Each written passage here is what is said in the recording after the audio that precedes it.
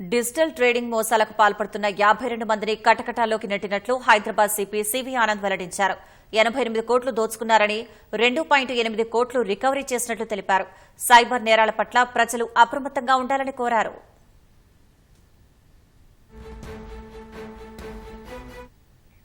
రకరకాల సైబర్ నేరాలకు పాల్పడుతున్న నిందితులను హైదరాబాద్ పోలీసులు అరెస్ట్ చేశారు. మొత్తం 52 మందిని కటకటాల్లోకి నెట్టినట్లు సిపి సివి ఆనంద్ తెలిపారు. నిందితుల్లో ప్రముఖ బ్యాంకులకు చెందిన 3 ఉన్నత స్థాయి ఉద్యోగులు కూడా ఉన్నారని వివరించారు.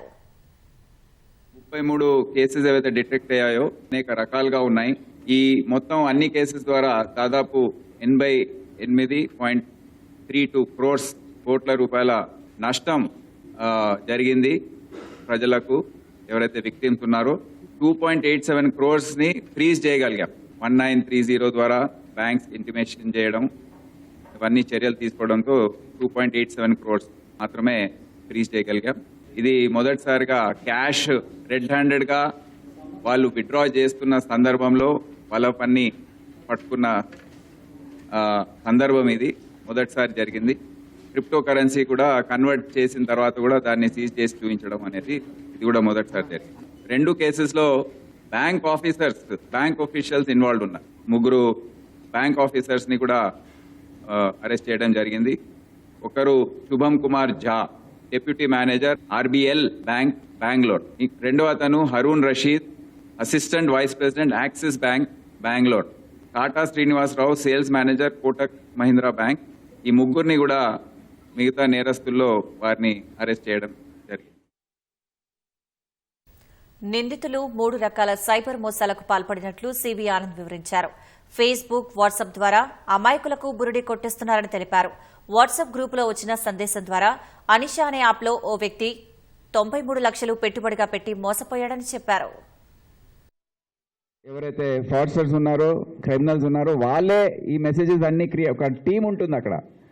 వాళ్ళు అక్కడ కూర్చొని ఇవన్నీ పెడుతుంటారు. మీరేమో ఎవరైతే దాంట్లో జాయిన్ అయ్యారో అమాయకంగా అరే అందరు కూడా బాగా ప్రాఫిట్స్ లభిస్తున్నాయి అని వాళ్ళు ఆకర్షితులై వాళ్ళు కూడా ఇన్వెస్ట్మెంట్ స్టార్ట్ చేస్తారు. ఈ విధంగా ఉంటాయి. ఫస్ట్ ఒక స్క్రీన్ షాట్స్ పెడతారు. ఈ విధంగా ఇంత లాభం వచ్చింది, నేను ఇంత పెట్టాను, లేటెస్ట్ ఇంత పెరిగింది.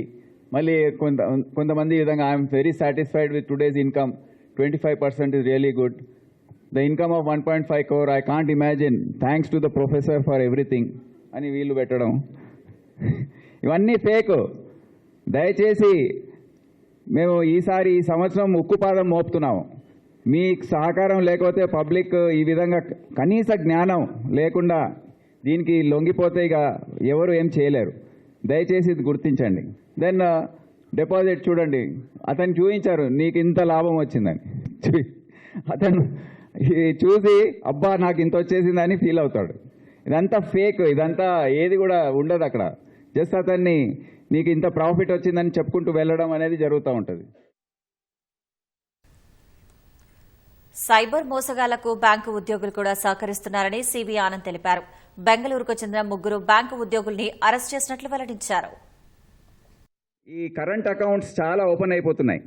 దీని ద్వారా ఏమవుతుందంటే mule account operation process start అయిపోతుంది. అంటే మనకు ఓటీపీ వస్తుంది చూడండి, అది చాలా కీలకం.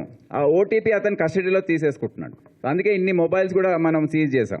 ఏవైతే విక్టిమ్స్ని మనం చూసామో వాళ్ళు ట్రాన్స్ఫర్ చేసినప్పుడు ఈ మ్యూల్ అకౌంట్స్లోకి ట్రాన్స్ఫర్ చేస్తుంటారు. ఎందుకంటే వాళ్ళకి అకౌంట్ నంబర్స్ ఇవన్నీ ఇస్తారు. ఓటీపీస్ కూడా వీళ్ళకే వెళ్తాయి. సో ఓటీపీస్ పెట్టేసి ఇమీడియట్గా విత్డ్రా చేసేయడం అనేది జరుగుతుంది. ఇక్కడ ఇంకోటి ఏంటంటే బ్యాంకర్స్ పెద్ద అమౌంట్స్ వాళ్ళకి రూల్స్ ఉన్నాయి, కానీ పెద్ద అమౌంట్స్ కూడా వాళ్ళు ట్రాన్స్ఫర్ చేసేస్తున్నారు. చెక్ చేసుకోకుండా, అనుమానం వ్యక్తం చేయకుండా వాళ్ళు ఎంత పెద్ద అమౌంట్ అయినా ట్రాన్స్ఫర్ చేస్తున్నారు. అదో పెద్ద లోపం నిన్న పాయింట్అవుట్ చేయడం జరిగింది.